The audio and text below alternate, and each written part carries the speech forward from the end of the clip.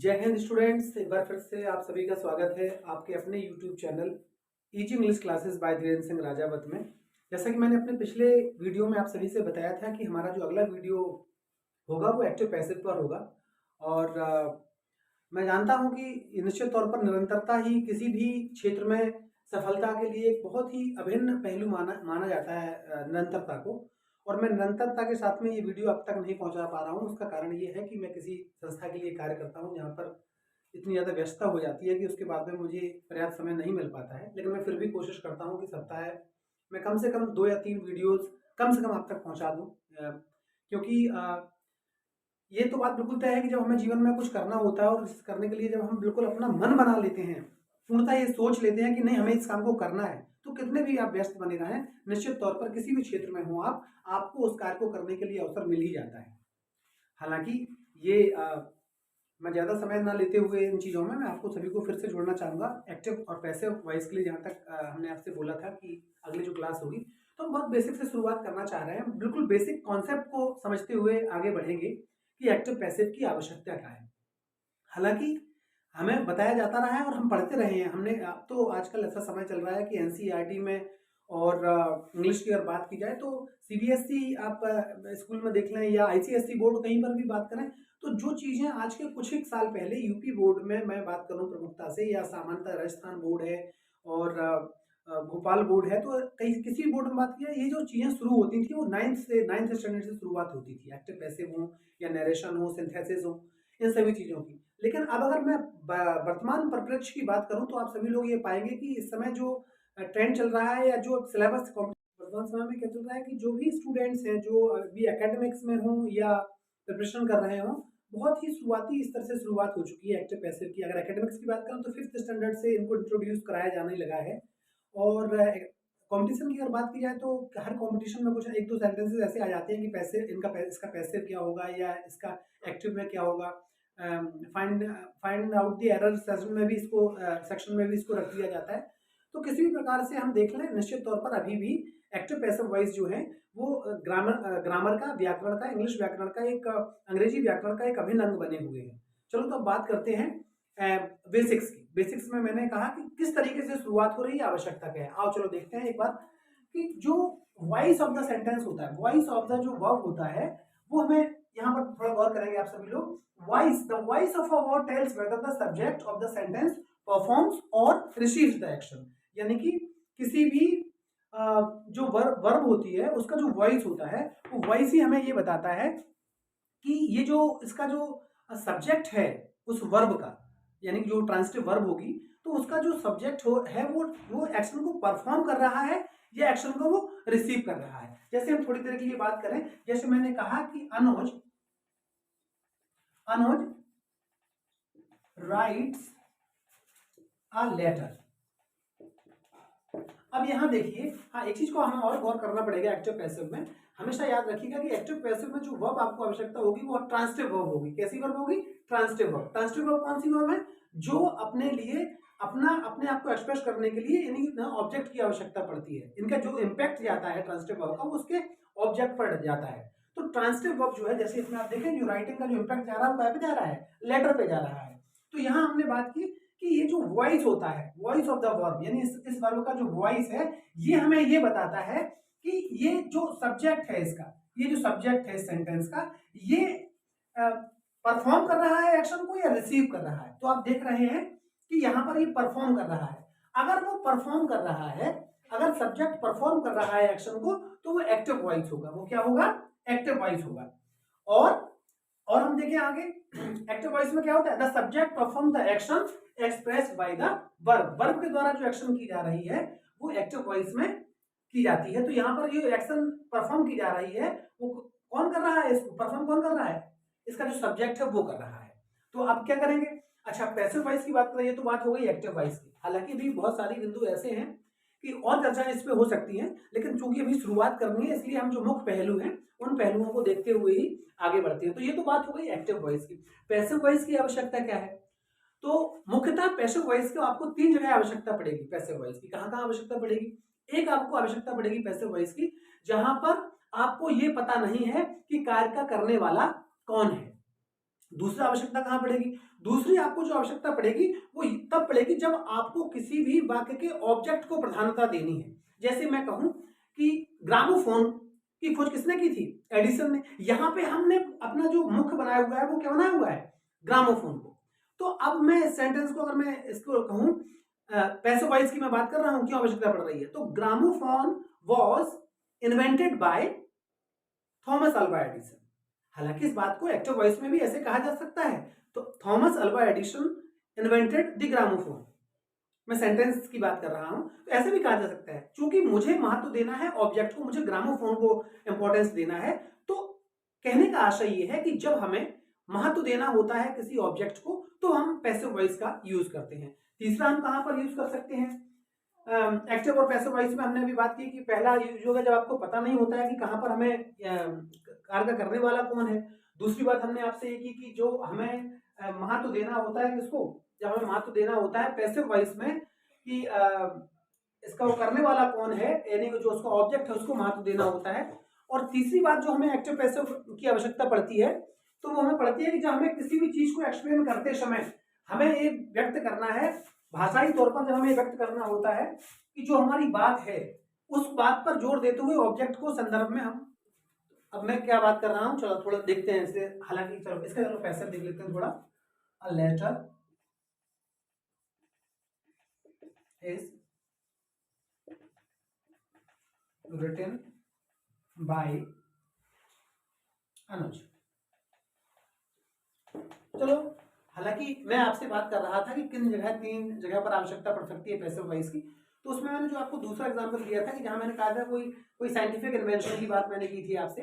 तो scientific invention हो और साइंटिफिक इन्वेंशन के अलावा जब हमें ऑब्जेक्ट को जोड़ देना होता है, तो हालांकि मैंने दोनों का एक मिला जुला सा आपको उदाहरण दे दिया था, इसलिए थोड़ा ये था कि तीसरा पॉइंट क्या है। तो जो दोनों चीजें होती हैं, इन साइंटिफिक किसी इन्वेंशन की बात कर रहे हो या हम बात कर रहे हो ऑब्जेक्ट को महत्व देने की, और या फिर हमें पता ना हो कि कार्य करने वाला कौन है, तो ये तो सभी स्थितियां तीन थी जहां पर हम प्रयोग करते हैं पैसिव वॉइस का। लेकिन अभी हम बात कर रहे हैं थोड़े जो प्राथमिक बिंदु हैं, जो प्राइमरी लेवल पे हमें जो आवश्यकता पड़ती है एक्टिव पैसिव में समझने की, उन चीजों की हम अभी आपसे चर्चा कर रहे हैं। तो हमने इसमें देखा, इसी हम पैसिव वॉइस के माध्यम से समझते हैं कि हमने इसमें क्या क्या किया। तो उसमें हम देखें कि ये जो इसका ऑब्जेक्ट एक्टिव से पैसिव बनाते समय आप क्या क्या करेंगे। एक्टिव वॉइस से पैसिव वॉइस बनाते समय आप ध्यान करेंगे कि जो ऑब्जेक्ट था, यानी कि जो ऑब्जेक्ट है इसका, वो क्या बन जाएगा? सब्जेक्ट बन जाएगा। तो पहली बात इसमें हमें गौर करने वाली क्या होगी? ऑब्जेक्ट को सब्जेक्ट और सब्जेक्ट को ऑब्जेक्ट बना देते हैं। दूसरा क्या करते हैं? यूज हुए टेंस के अनुसार जो हेल्पिंग वर्ब होती है उसका हम इस्तेमाल करते हैं। हेल्पिंग वर्ब क्या क्या हो सकती हैं? हेल्पिंग वर्ब आपकी हो सकती है प्रेजेंट में इज एम आर हो सकती हैं, पास्ट में वॉज और वर हो सकती हैं, या बी और बीन हो सकती हैं। इट डिपेंड्स कि आप किस टेंस का यूज कर रहे हैं एक्टिव वॉइस में, उसके अकॉर्डिंग पैसिव में जाते समय आप उसका इस्तेमाल करेंगे। तो जो वर्ब होती हैं इज एम आर, अब क्या क्या वर्ब हो जाएंगे अभी जिसमें पैसिव बनाते समय आप किन किन वर्ब्स का यूज करेंगे। तो प्रेजेंट में हमने कहा कि प्रेजेंट में आप यूज कर रहे हैं, प्रेजेंट में आप यूज करेंगे टेंस के अनुसार।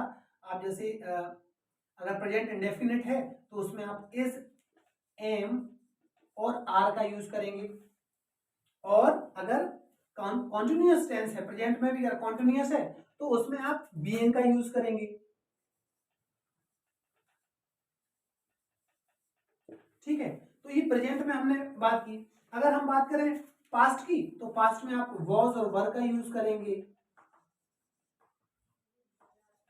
ठीक है, और यहां पे आप परफेक्ट, हालांकि एक और चीज हमें एक समझनी पड़ेगी कि चार टेंस ऐसे होते हैं जिनको हम पैसिव वॉइस में नहीं बदलते हैं। कौन कौन से होते हैं?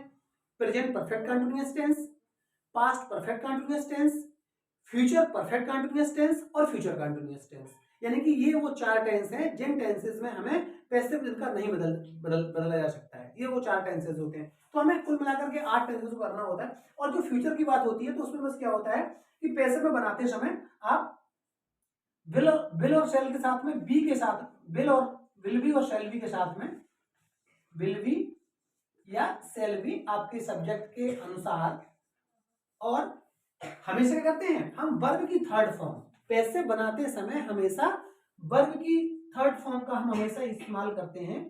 जो वर्ब की थर्ड फॉर्म होगी अब उसी का इस्तेमाल करेंगे, वर्ब की थर्ड फॉर्म का हमेशा पैसिव वॉइस बनाते समय। तो ये कुछ चीजें हैं, हालांकि इनका जो डिस्क्रिप्शन है और एग्जाम्पल के माध्यम से इन चीजों को हम क्रमशः समझते हैं। जैसे भी हमने उदाहरण लिया प्रेजेंट टेंस का, अभी हमने उदाहरण लिया प्रेजेंट टेंस का, प्रेजेंट टेंस के कुछ उदाहरण और समझते हैं। तो जैसे हम देखते हैं कि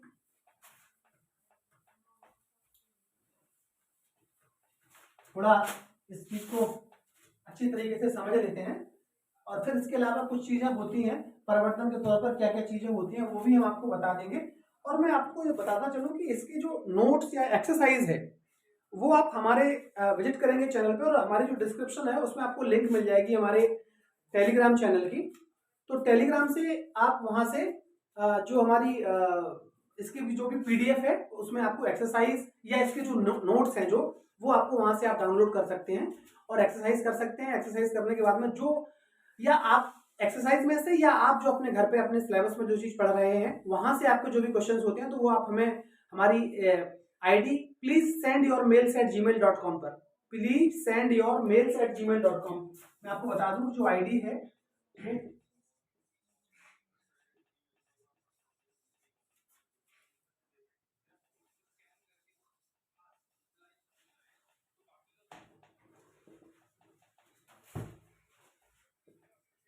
तो ये आप यहाँ से, ये हमारी ईमेल आईडी है please send your mails at gmail.com। यहाँ से आप हमें आपके जो भी क्वेश्चंस हैं आप हमें यहाँ सेंड कर सकते हैं एक्टिव वॉइस में, या आप कहीं पर भी जहाँ पर आपको लगता है कि आपको हेल्प की आवश्यकता है आप प्लीज हमें अपना हमें मेल कीजिएगा अपने क्वेश्चंस को। हम आप तक इसका जो सॉल्यूशन है वो वीकेंड तक निश्चित हर हालत में आपके पास पहुंचा देंगे।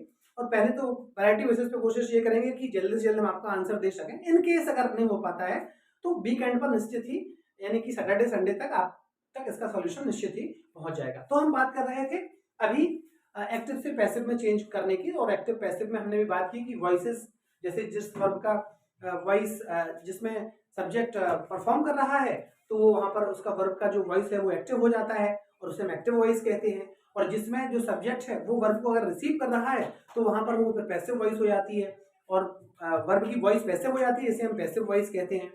तो अभी हमने बात की थी प्रेजेंट की, तो प्रेजेंट टेंस में जैसे हमने भी प्रेजेंट का प्रेजेंट कंटीन्यूअस का एग्जांपल हम लेते हैं। जैसे मैं कहूं कि रागनी इज ड्राइविंग अ कार। जैसे मैंने कहा कि रागनी इज ड्राइविंग अ कार, तो इसमें हमने देखा कि इस वाक्य का जो सब्जेक्ट है वो है रागनी। टेंस कौन सा है? Present continuous. क्यों? इस सिंगुलर सब्जेक्ट के साथ एज के साथ में वर्ब में मुख्य क्रिया में आईएनजी लगी हुई है और इसका ऑब्जेक्ट है आकार। तो जैसा कि मैंने बताया कि सब्जेक्ट को ऑब्जेक्ट और ऑब्जेक्ट को सब्जेक्ट बनाना होता है, तो उसका ऑब्जेक्ट क्या है? आकार। तो यहां पर आप लिखेंगे आकार, फिर सब्जेक्ट के अनुसार आकार इज अब बीइंग, इज एमआर के साथ में प्रेजेंट में क्या लगाना है? इज एमआर के साथ में बीइंग का प्रयोग करना है, तो सब्जेक्ट आपका सिंगुलर है। द आकार इज बीइंग, और हमेशा वर्ब की कौन सा फॉर्म का यूज करना है? वर्ब की हमेशा थर्ड फॉर्म का। तो क्या हो जाएगा? Driven. A car is being driven by Ragini. तो ये आपका हो गया, ये आपका हो गया प्रेजेंट कॉन्टिन्यूअस टेंस में आप किस तरीके से ये जो एफर्मेटिव होंगे उसमें आप किस तरीके से ये यूज करेंगे। अब थोड़ा देखते हैं, जैसे सेंटेंस में अगर ऑब्जेक्ट प्लूरल हो जाता है तो किस प्रकार से वर्ब चेंज होगी या नेगेटिव भी हो। जैसे वे they are not making a noise in the class। अब यहां पर थोड़ा देखिए, they are not making a noise in the class. तो यहां पर सब्जेक्ट क्या है इसका? दे, और ऑब्जेक्ट क्या है? अ नॉइज, इसका ऑब्जेक्ट है, अ नॉइज ऑब्जेक्ट है। तो इस प्रकार से अब हम क्या करेंगे? तो they are not making a noise, अब हम सब्जेक्ट बनाएंगे, उसका जो ऑब्जेक्ट उसे सब्जेक्ट बनाएंगे। तो a noise in the class is not being made by them। ये बात हम कर रहे हैं अभी प्रेजेंट कंटिन्यूअस की। प्रेजेंट कंटिन्यूअस अभी इन दोनों में हम ये भी देखेंगे कि किस प्रकार से प्रश्नवाचक है उन्हें हम किस प्रकार से, अगर कोई प्रश्नवाचक इंटेरोगेटिव है तो इंटेरोगेटिव में हम किस प्रकार से प्रेजेंट इंडेफिनिट में और प्रेजेंट कंटिन्यूअस में हम उनको बनाएंगे उन वाक्यों को। जैसे आपने कहा does she cook the food, ये आपका प्रेजेंट इंडेफिनिट में interrogative. Does she cook the food, तो आपको इसमें कुछ परेशान नहीं होना है बिल्कुल। आपको जैसे आप बताया कि प्रेजेंट में आपकी जो हेल्पिंग वर्ब है इज एम आर, उनको आपको यूज करना है पैसिव वॉइस में। अब जैसे इसमें तो क्या करेंगे, फूड क्या सिंगुलर है आपका, लेकिन ये बात ध्यान रखें कि एक्टिव पैसिव वॉइस में अगर एक्टिव वॉइस प्रश्नवाचक है तो पैसिव वॉइस भी प्रश्नवाचक ही बनेगा। आप इस बात से बिल्कुल भी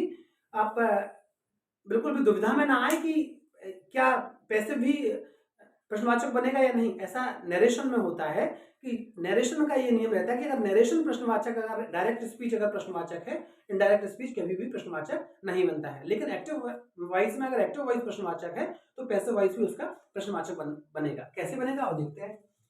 does she cook the food, क्या वह खाना पकाती है या क्या वह खाना बनाती है, तो पैसिव वाक्य बनाएंगे, क्या उसके द्वारा खाना बनाया जाता है।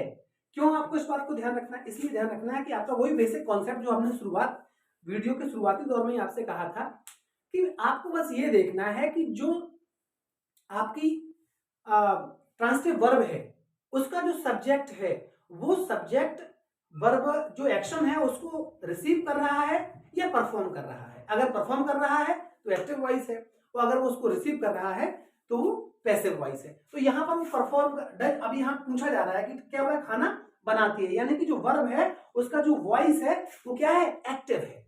अब इसे हम पैसिव में कैसे ले जाएंगे, चलो as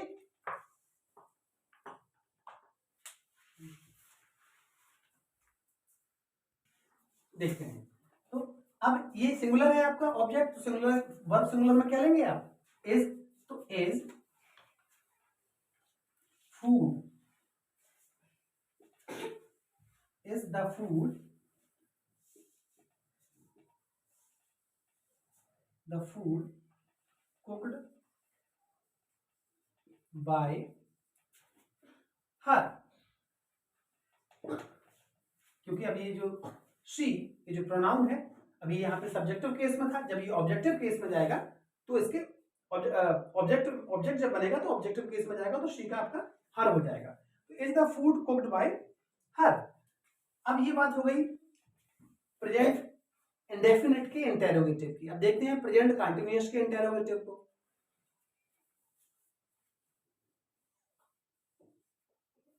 she is not learning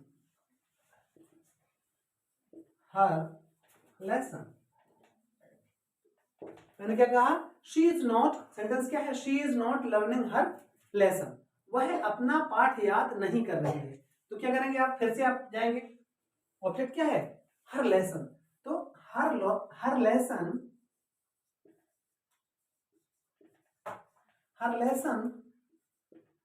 is not being learned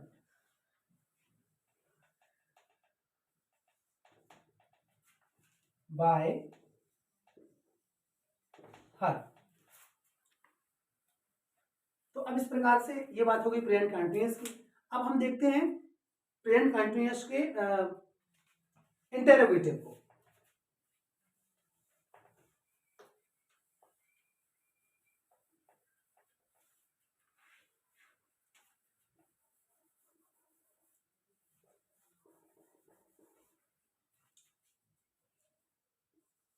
Are they not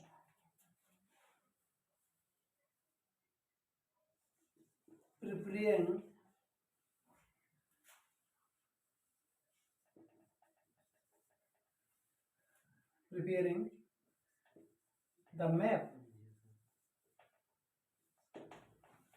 are they not preparing the map? क्या नक्शा उनके द्वारा तैयार नहीं किया जा रहा है? क्या नक्शा उनके द्वारा तैयार नहीं किया जा रहा है? तो are they not preparing the map. तो अब इसमें हम देखें किस प्रकार से, अभी हमने चर्चा जैसे की थी, हमें ये भी देखना है कि एंड ऑफ द डे हमारे सब्जेक्ट जो सिंगुलर है, जो ऑब्जेक्ट है वो सिंगुलर है या प्लूरल। जैसे इसमें सब्जेक्ट क्या है, अब इसमें देखिए आपका जो सब्जेक्ट है इस एक्टिव वॉइस में आप देखें वो सब्जेक्ट कैसा है, प्लूरल है। सब्जेक्ट जो प्लूरल है लेकिन आपका ऑब्जेक्ट सिंगुलर है। तो पैसिव वॉइस बनाते समय आपको अब जब ये सब्जेक्ट के रूप में यहाँ काम करेगा जैसे, तो फिर वो वर्ब भी आपको उसी के अनुसार लेनी है। तो is the map, is the map not, और वही बीइंग आप जो कॉन्टिन्यूअस में आप यूज करेंगे, तो is the map not being prepared, verb की हमेशा थर्ड फॉर्म यूज करेंगे, बाय देम, और क्वेश्चन मार्क लगाएंगे। तो is the map not being prepared by them, इस प्रकार से ये अभी हमने आज बात की वो प्रेजेंट इंडेफिनिट टेंस के वाक्यों को किस प्रकार से आप चेंज कर रहे हैं, और प्रेजेंट कंटिन्यूअस के वाक्यों को आप किस प्रकार से पैसिव वॉइस में चेंज कर रहे हैं। इसकी जो भी एक्सरसाइज है वो आपको हमारे डिस्क्रिप्शन में टेलीग्राम चैनल में आप जाकर के वहां से लिंक आप से वहां जो भी इसकी एक्सरसाइज वो डाउनलोड कर सकते हैं। आपके अपने भी क्वेश्चन हमें आप भेज सकते हैं, हमने आपको अपनी ईमेल आईडी शेयर कर दी है, याद रखिएगा प्लीज सेंड में SE है वो कॉमन है, और आप वहां पर अपने भेज दीजिए। साथ में आप ये ध्यान रखिएगा कि अगले जो वीडियो होगा उसमें हम जो इसमें एक्टिव पैसिव वॉइस में और इसके नेक्स्ट लेवल पे इसकी चर्चा करेंगे, जैसे अन्य भी वाक्य किस प्रकार से बनते हैं। तो अगर आपको कुछ समझ में आ रही है, हमारी चीजें अच्छी लग रही हैं, तो प्लीज आप हमारा जो चैनल है easy English classes bye Dhirendra Singh Rajawat, उसे आप लाइक करें, शेयर करें, सब्सक्राइब करें, और प्लीज आप हमारे चैनल को हो सके तो जो भी जितना आप प्रमोट कर सकें उतना प्रमोट करें। जय हिंद स्टूडेंट्स।